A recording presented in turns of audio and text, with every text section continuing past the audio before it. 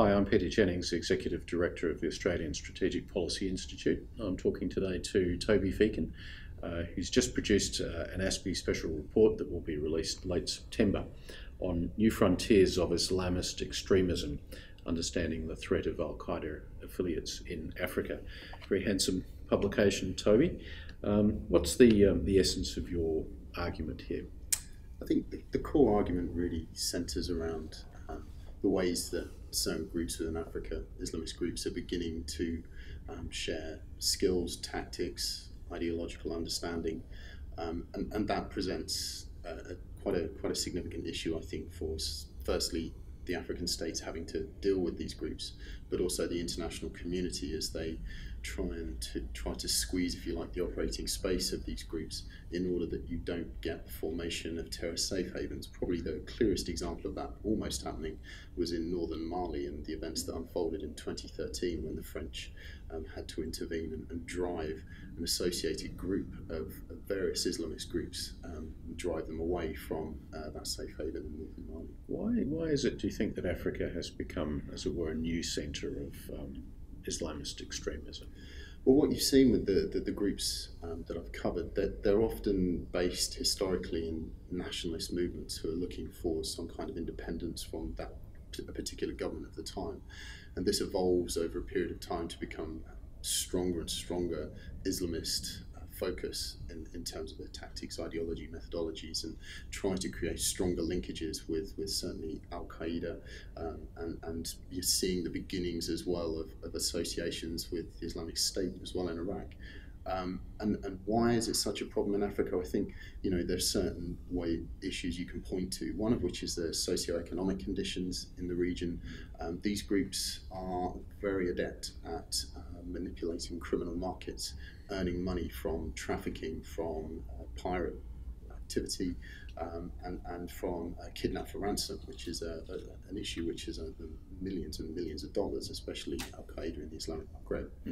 And what that does is provide, if you like, an alternative economy to draw people in. So they have money to pay for weapons, they have money to support individuals coming into the group, and that's very attractive for local populations. The other issues you have are incredibly porous borders. We look at a map, obviously, and we see these borders drawn up, and it all looks very neat and tidy. Actually, on the ground, those are very difficult to define, and what you're seeing increasingly these groups exploiting that in the ability to cross borders and create difficulties for the militaries or the police trying to respond to those activities. You saw it very recently in Nigeria, where a group of Boko Haram are increasingly going across into Cameroon. You even saw Nigerian military crossing the border as well, throwing down their arms and not wanting to fight these groups. So it's an incredibly hazy picture which shifts and changes according to the local situation and how that changes. So sometimes it's a bit like you're grasping at shadows and trying to deal with it, but you're certainly seeing that build up occur. Yeah. So there's a measure of ideology, but it sounds like there's perhaps a stronger element of organised crime, illegal ways to make money that seems to be motivating groups than perhaps we see in the Middle East.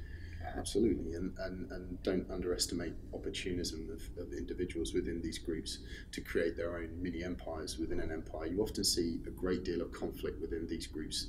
Al-Shabaab, for example, has a real conflict going on between those who want it to remain a more nationalist-centred organisation and those that want to internationalise the group. Similarly, you see it with Boko Haram and also AQIM.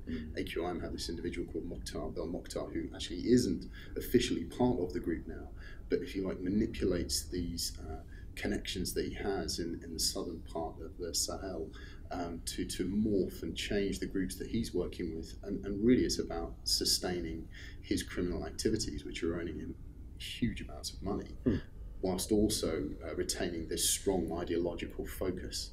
And it's a very tempting blend, I think, for people to become involved within the region.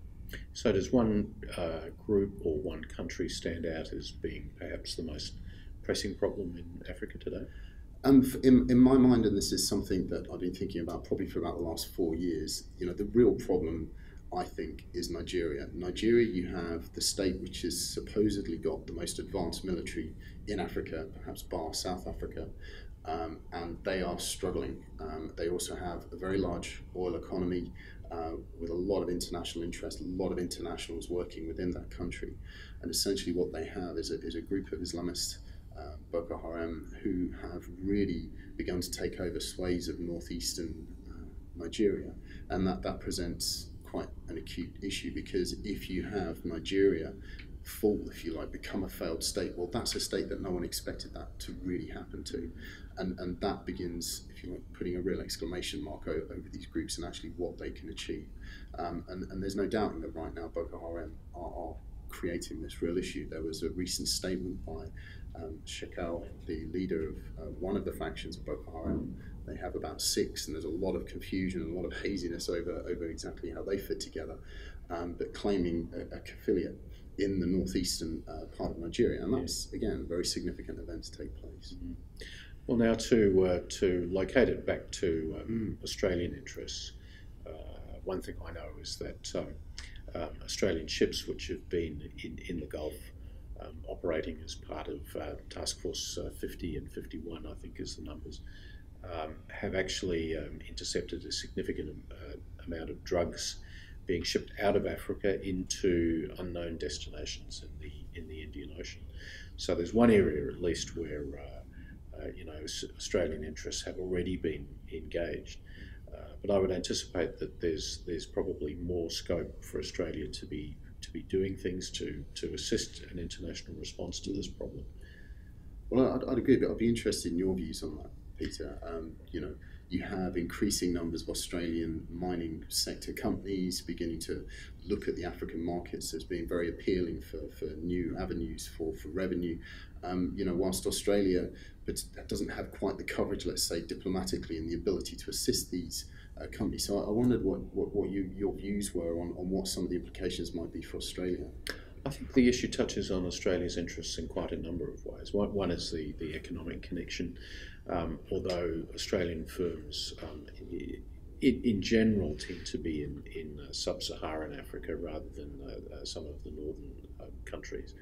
But clearly in a place like Kenya, which has one of our biggest, in fact Australia's biggest foreign mission in Africa, and a quite significant Australian business interest, and growing student exchanges, one can see how Australian interests will come to play there. There have also been instances recently where Australian journalists have been kidnapped, and a fair amount of effort gone into understanding what, if anything, we can do to rescue people in those situations. So I think if we see this trend continue in Africa, Toby, what Australia will need to do is to think harder about its policy responses. I think we need to make sure, for example, that we have appropriate lines of communications into the Nigerian military and the Nigerian government system, so that we are in a position to react if any incidents arise which directly impact on Australian interests. And then, of course, beyond that, you have our obligations as a good international citizen to want to assist the states of Africa to manage these crises themselves. So my sense is that Australia will probably find that it has more rather than fewer interests in Africa that it has to address. And if the terrorist problem is one which is now, as it were, moving from the Middle East or spreading from the Middle East into Africa, well, that will secure Australia's interests as well.